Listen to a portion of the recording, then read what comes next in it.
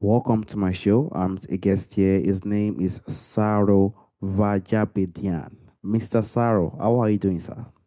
Hi, great. Thank you for having me. I I'm so excited, really. And also, Mr. Saro, I want to thank you for the time and the opportunity, Mr. Saro. Firstly, you are an author. You are also a filmmaker and a spiritual thinker. Can you please, Mr. Saro, discuss more about yourself and how you are doing currently now, Mr. Saro? Yeah, I've worked for most of my career as a filmmaker, primarily as a cinematographer, and I've dabbled in writing, directing, producing. I like it all. I love the whole filmmaking process. And that's something I still love to do and will continue to do. But as a writer, I mean, I've written scripts before, but this is my first time writing a book. So, Tim and Robot, A Spiritual Agnostic's Guidance to a Newly Formed Consciousness is my first book, my first attempt at writing. And so this is very new for me and a little scary as I enter uncharted territory, which I think is also good. It's good to do as an artist. And in terms of the spirituality, I spent a lot of time working on that in my 20s. A great deal of time studying Buddhism, Taoism, and Kung Fu.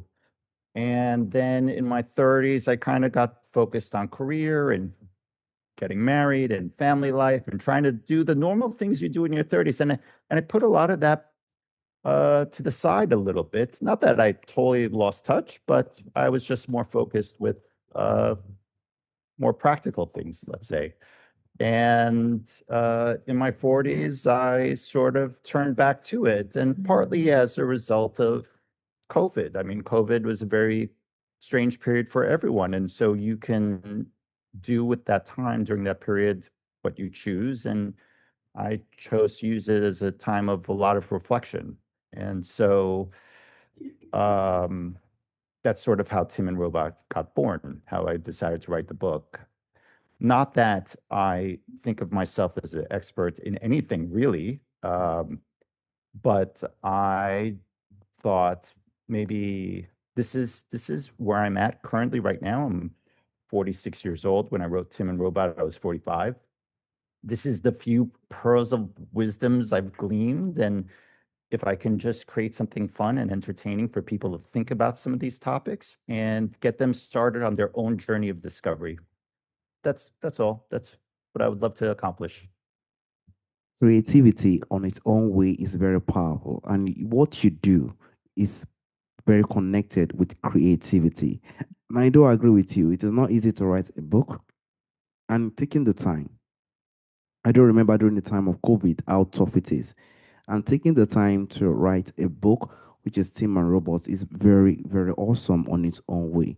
And also with the kind of spiritual thinking, during your early 20s, you were more spiritual. Now you are 30s, it was different. Then the 40s, now it's different. So it's like a phase in life, which I'm so much glad that you actually dedicate yourself to actually bring out something like the book called Team and Robots. Can you please, from the bottom of your heart, Mr. Saro, discuss more on the book? And do you also plan to write more books in the coming future, Mr. Saro?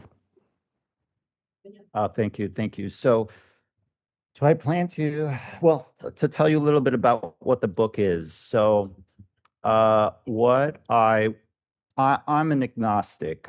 I'm a devout agnostic. Like I'm a firm agnostic in every sense, right? Which sounds funny. I mean, usually people laugh when I say I'm a devout agnostic because it's like, doesn't that just mean you believe in nothing? And it's like, no, no, actually, I really think that, or from my experience, I feel pretty confident that there's just a lot we don't know, even today, even with what we're discovering scientifically and everything. I think most of us really don't know as much as we think we do. And so, why I say I'm devoutly agnostic is I want to truly understand the things I think are true. And so, I'm not going to claim truth if I don't really have solid data and evidence to support it, right? And so I don't see agnosticism just in terms of religion. I see it in all facets of life. I see it as, does our political system work? Does capitalism work?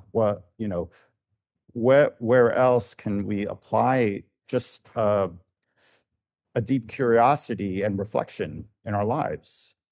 So that's what I try to do in Tim and Robot. And one more thing about agnosticism, I think people when they hear an agnostic, they think it's a cop out. Like you don't want to think about the hard questions, so you're just saying you're agnostic, so you don't have to take a stance, right? You don't take a stance.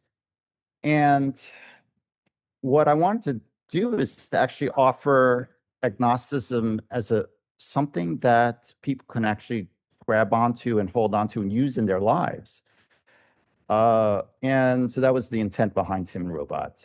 And why I say I'm a spiritual agnostic is that I'm not.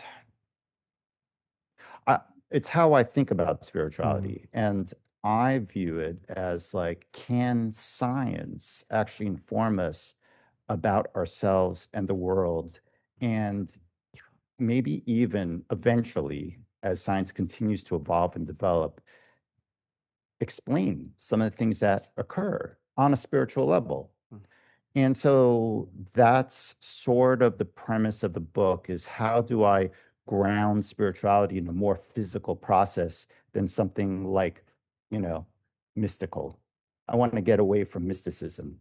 I mean, I think there's a lot of beautiful and magical and amazing things about nature and science on its own that I don't think we need to look at it as something as magic. So Tim and Robot, and then the other attempt was to make it fun and engaging because the topics are very big, topics of morality and ethics. And by the way, I'm sorry, stop me at any point if there's a car or something that passes by.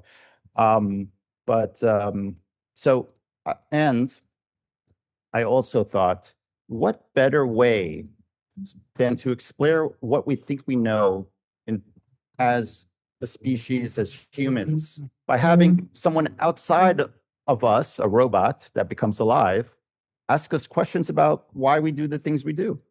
And so that is the whole premise of the book. It's this quasi nonfiction, quasi fiction. So, and basically, there's this fictional scenario. A scientist in the near future creates a robot that becomes alive and is aware. And the robot has questions for its creator. And those questions are on feelings. Why do you have those feelings? And what is my purpose, and what is the spirit, what does spirit mean, and so is there a god? So the robot has these questions for its creator, and the creator, in my voice, and this is the non-fictional part, mm. does his best to answer these questions, and the scientist draws on science, and he draws on history, and he draws on current events, and he draws on the nonfiction part is my own experiences. So I do talk quite a bit about the things that I've lived through and the lessons I've learned from them. And so that's the book. It's a big book. It's like 380 pages. But hopefully it's fun. And I would love to make these topics fun for people. So that they can enjoy exploring and learning. And I'm so glad you had the opportunity to bring out this beautiful book because majority of the things that we know when it comes to spiritual being, we are not taught in school, we are not taught in the university. So it's something that we need to learn ourselves. And that is why I like what you've done. I even like when you said scientists to try their best to even give us this spiritual sense of power to make us understand better because we only understand the physical part, but there's something within. There is a spiritual being within, and there are things that we can do as a way of life that will help us develop ourselves, give a sense of strength, and also develop us to become more stronger and more fulfilled in the life we Yeah, find ourselves. And that is the beauty of the conversation we are having today, yeah, um, Mr. Mr. Saro. And I would like to drive to the point of morality. there are big questions about morality, Mr. Saro, and meaning can Mm, sometimes feel heavy or mm, intimidating. How mm. do you think humor and curiosity make this conversation more accessible for listeners, Mr. Saro? These are big questions because they can be complex, right? And you know, when it comes to morality and ethics, I actually think it's a lot easier than we make it out to be. But of course, we can get things wrong because we're human. We don't know everything, and so we're going to make mistakes. But the intent, it has to be not to do harm, right? So to me, I define morality and ethics very simple. If you've experienced pain and you have some empathy, then you're not going to want to wish pain on others. Mm, It's actually very simple. So as long as you're empathetic and compassionate, then the morality should just be as simple as, how do I not cause anyone else pain? How do I live through life? Of course, we all must pursue our happiness, mm, but in doing so, is there a way to pursue your happiness in which you don't hurt others and maybe uplift people, right? So, so if that's morality, and but I do in the book cover some bigger topics, very big. Let's say I talk about like global warming, and how do we get to truth and understanding when there's so many uh, you know, different voices and different positions. How do we come to truth? Or um, I talk about, in terms of morality and ethics, I talk about capitalism and let's say corporate ethics, and what are we, you know, what is our role and responsibility as citizens and humans to each other, right? So those are big and daunting topics, but I think you can make it fun, because I don't know, I think learning is fun. yeah. And if you're talking about growth, I mean, how are you going to grow if you're not learning?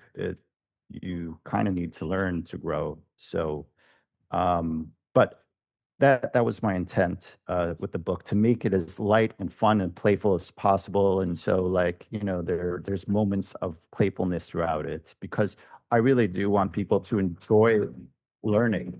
That's key. We have to learn. So far, we're alive. We have to be in a position whereby we continue to learn, we continue to develop. And I love what you said earlier. When we face pain, I do not want my colleagues to also face pain. We want to be in a position whereby we let them know that this caused pain. You can do this better. And those are the kind of morality that we can help in ourselves. I would like to dive to the point of culture or religion, Mr. Saru. Morality also often feels dedicated by Yeah. culture or religion, Yeah. Mr. Saro. How do you think someone can begin to create their own ethical compass that still guides them with integrity, Mr. Saro? Yeah. So,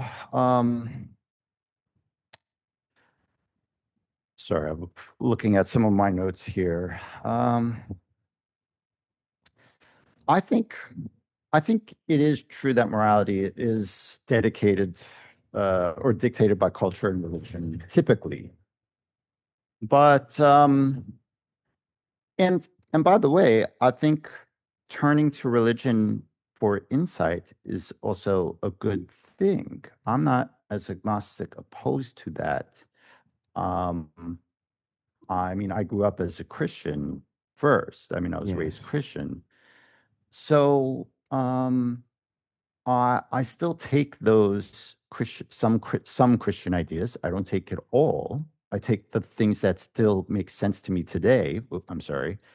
For instance, I love the idea of Jesus Christ saying, "Do unto others as you would do unto yourself." I love that. It's very simple, and it makes a lot of sense, and it makes sense today. It made sense 2,000 years ago, and it still makes sense today. And so we don't have to throw out all of the religions just because maybe there are aspects that don't quite make sense. I particularly talk about like the magical elements. I don't think we need the magical elements. When I think about Jesus Christ, I don't need him to be reborn again. I don't need him to walk on water. I don't need him to turn, water into wine. I actually think it would be so much more powerful to think of Jesus Christ as a human that cared about other humans and just wanted to teach an idea and do good in the world, and was willing to die to do that. I mean, that makes it way more powerful than if he was a god who could come back to life. And I know I'm oversimplifying it, and I don't mean to make fun of anyone's beliefs or religions, but because no, I do think we need to take what was passed down to us and learn from the lessons our predecessors had learned, and then reassess what makes sense today based on our current knowledge. And so I think in terms of getting back to your question on how can someone create their own ethical compass outside of, let's say, culture and religion, well, there's a few ways. I think start reading and learning from different fields, philosophy, science, psychology, right? And so expand what you know, and then take the lessons you learn in your life and your life experiences, and then try to come to your own truth. But I think you will, again, if you have empathy, you'll come back to that idea that you've experienced pain and you don't want others, or you wouldn't want others to experience or go through what you have. And so I think if you're just careful in moving through the world and trying to cause the least amount of damage, and you'll already do good. And one more thing, I'll say that in the book, I do turn to science and nature as maybe some guidance, because as we learn more about the laws of the universe and the laws that dictate life and nature, you maybe it can inform us on how we should behave, right? Like, for instance, I think we take for granted that we exist. The fact that we exist is really miraculous. It could have gone wrong many, many ways. Over the millions and million years, things could have gone wrong. A meteor may not have, if a meteor didn't hit the Earth and the dinosaurs weren't wiped out, I mean, we wouldn't be here. Maybe we'd be here and we would be just dinosaurs talking to each other. I don't know. Life could have gone. And also, I mean, nothing says, if you look at the universe, nothing says that life could go from simple to complex like it has. So it doesn't have, things didn't have to occur this way. So when you really take in the fact that it's remarkable that we're here right now, then you can then maybe say, well, maybe I should do what I can to make sure life continues on beyond me. And so you might look at your actions more carefully, and how you try to set up the next generations for success, and not just think about your own fulfillment and desires, right? I mean, it's important, but can you do both? There might be a way. There's a way. If you work really hard, there's a way to do both. And this is absolutely true. And I totally agree with everything you've said earlier, Mr. Saro. And what I love from what you said, one of the things I loved was from our ancestors and people who have left us, we should learn something positive from them. Because this world that we are into, we are being grateful for it. Because what if, as you said earlier, dinosaurs or anything has happened by the way, and we weren't able to come into existence? We should be grateful, and other things that we've done, as you said, if we feel pain, we will not want other people to also feel the pain. And we'll always continue to show care and support to one another in the life we find ourselves. Also, Mr. Saro, I would like to drive to the point of going back to your book, Team and Robots. I know you drive and you spoke about a lot of things regarding the book, how it helps people, and also what people need to could learn and also improve day by day in their life. You also try your best to distribute 10% of your net proceed of your book to charitable programs. For someone to do such or make such action, there is something that happened. There is something that triggered it. There is something that was seen, and there is something that motivated that action. Can you please drive us through that, Mr. Saro? Yeah, yeah. So, um, I self-published the book, um, primarily for this reason. I mean, I did other reasons. I didn't want to wait, right? Like when you publish, they'll take another year, and you're in a queue, and for all that. But I I wrote this with the intent of giving back. That's my goal. And if I'm asking others to be good to each other and try to set us up, set humanity up for, and the next generations up for a better life and a better world, then I can't ask that if I'm not also doing that. Like, I need to be about that. And so, yeah, I mean, you know, I mean, the way I look at this book is I don't I don't care if it's successful or not. This is me doing what I can, however I can, however effective or ineffective. I just need to try, right? And so yes, if there's money to be made in the book, then I'm going to donate 10% of it.